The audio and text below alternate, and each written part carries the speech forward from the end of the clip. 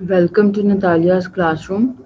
Please like, share, and subscribe my channel and press the bell icon so that you can be updated about new uploads on my channel and learn Python in an easy manner.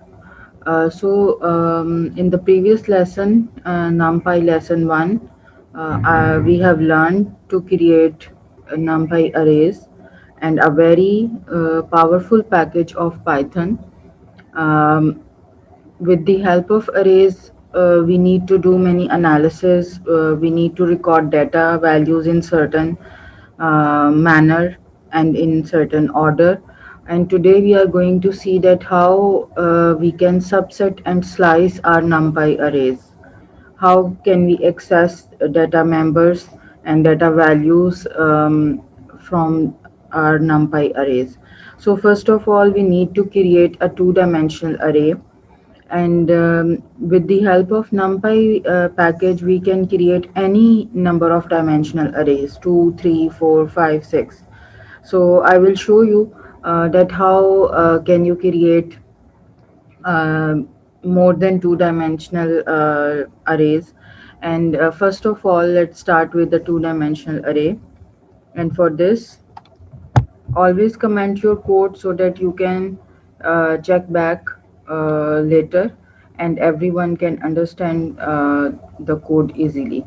So let's creating 2D array using NumPy. So in order to create any array, there is a common syntax. Let's suppose I create an array cost underscore sales underscore price is equal to same method np for numpy dot array to create array, and then we have to put the parenthesis for the function, and then we have to put the square brackets, and in between these parentheses and square brackets we are going to insert or put the data values of our two-dimensional array. So first of all, let's put, in order to save time, uh, I will just copy it and paste it here. So this is my first set of values, and sales price, this is my second set of values, and I have created a two-dimensional array. In order to check this that it is created, let's write here cost underscore sales underscore price. So this is how we have successfully created two-dimensional array. What is the syntax? np.array, then we have a set of starting square parentheses and square brackets, and then we have a set of ending square bracket and parentheses. So if we want to add another set of values in this array, we will just simply put a comma, and we can add another set of values in another square brackets. So this is how we are going to create one more row in our NumPy 2D array. So this is how simple it is to create a two-dimensional or any dimensional array in NumPy. So there is a very powerful property of NumPy array that can tell us the structure or show us the structure of our NumPy array. The simplest way to do is cost underscore sales underscore price dot shape. So shape is actually an attribute of array NumPy array, and it will tell us the number of rows and columns in our NumPy two-dimensional array. So when I execute it, it will tell me the structure of my two-dimensional arrays. The first place is for the rows and the second place is for the columns. So this is my I have two rows in my NumPy array, and I have 4 columns in my NumPy array. How? Let's just write it like this so that we can easily understand the structure. This is my row 1, row 0, and this is my row 1. So I have 2 rows, first row and second row. So 2 rows. The shape attribute returns us the 2, and 2 means we have 2 rows in our NumPy array. The index number of first row is 0 and the index number of second row is 1. So, and here how many columns? 4. This is column 0, this is column 1, this is column 2, and this is column 3. So total we have 4 columns. So this, in this structure we have 2 rows and 4 columns. So rows are starting from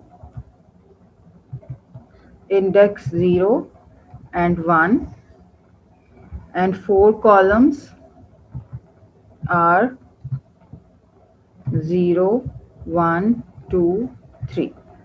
So this attribute is very helpful. This shape attribute is very helpful whenever we want to see the structure of our n-dimensional array. We can call this property, we can check this property, and we will know that how many rows and columns are in our two-dimensional array. Because sometimes we are reading data from CSV files and from other formats, and when they are converted into array, we sometimes don't know that how many rows and how many columns are there.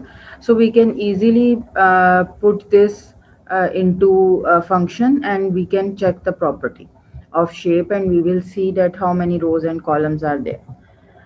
So the next step is to access these data values. So how can we access these data values? Is called subsetting and slicing NumPy arrays. So with the help of index number, we can subset and slice our NumPy arrays. We usually we need to access certain data members from our array for certain calculations. So let's suppose if I want to see these two values, or if I want to get the first column of these of my array, or if I want to get the last two columns of my array. So sometimes we need to slice our array or access certain elements from the array. Sometimes we just need the row 1, or sometimes we want to filter some values from the array. So there is an option to subset and slice array by accessing the particular index numbers. So let's say first row of array and all columns. So we are going to access the first row of our NumPy array and all the columns from our NumPy array. So for this I am going to write cost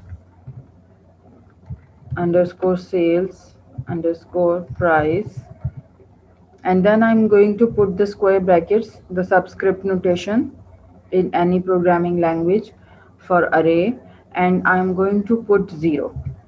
So what it will give me in output, it will return the first row, the row 0 of my NumPy array, and all the columns, row 0 and all the columns. So let's suppose if we want to do the opposite, first column and all the rows. So it is a little bit tricky. We cannot simply put 0 or 1 in order to access our column. So as from the shape parameter, we know that the first place is for the rows and the second place is for the column. So uh, as we want to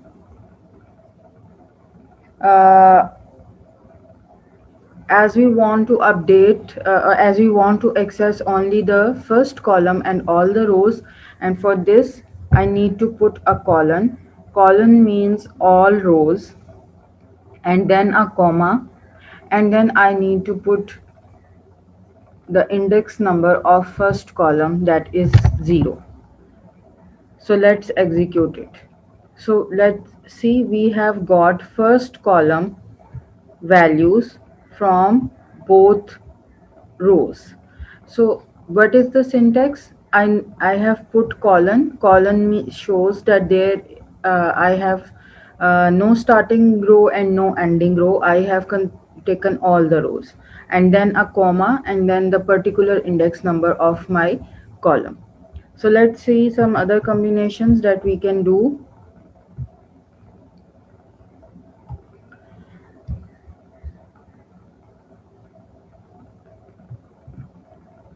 Like,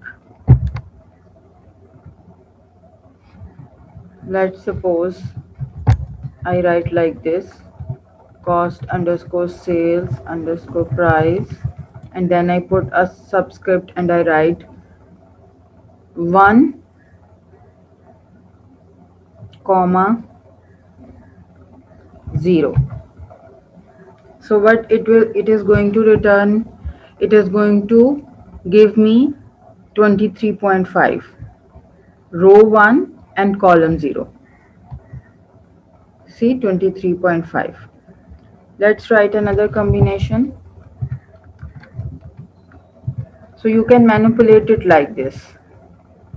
For example, 0 colon 1 comma 1 colon 3. Now what it is going to do? Let's first analyze this command. What I have written is, at row place I have written 0 colon 1 means 0 row is included and row at index 1 is excluded. As we know this from Python lists, that the first parameter, first index number, is inclusive, and what we write after colon is excluded. So the row number 0 will be included in our result and 1 will be excluded automatically. And after comma, at column place we have written 1 column at index 1 is included, and column at index 3 is excluded. So let's check the results. So we have got 23.5 and 10.6. So row 0 and values at index 1 and index 2. 3 is not included. So this is how you can have many different syntax, many different combinations, and you can easily subset and slice your arrays. So let's try another combination.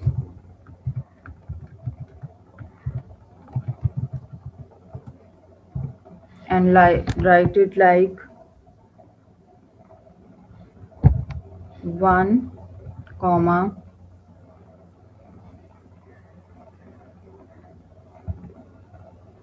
1 column, and it is showing me row number 1, row at index 1, this row, and column starting from 1 till the end, because I have not put any index number after column, so it will take till the end of the array. So this is how we can easily subset and slice our NumPy arrays, regardless of how many data values are there and how many dimensions are there. So we can easily add, or we can easily subset or slice using the index number. And as we will proceed further, we will see that this subsetting and this slicing is going to be very helpful for data science analysis and for certain calculations. So for today's lesson, I'm going to end at this point, and the practice exercise is in the description box. You can do the practice exercise, and if there is any confusion or if you try some new combination, you can write it in comments and you can ask any questions, and I will definitely reply your comments and questions. So please like, share and subscribe my video, and in the next lesson, lesson number 3, we will see that how can we perform certain functions and calculations on our numpy array.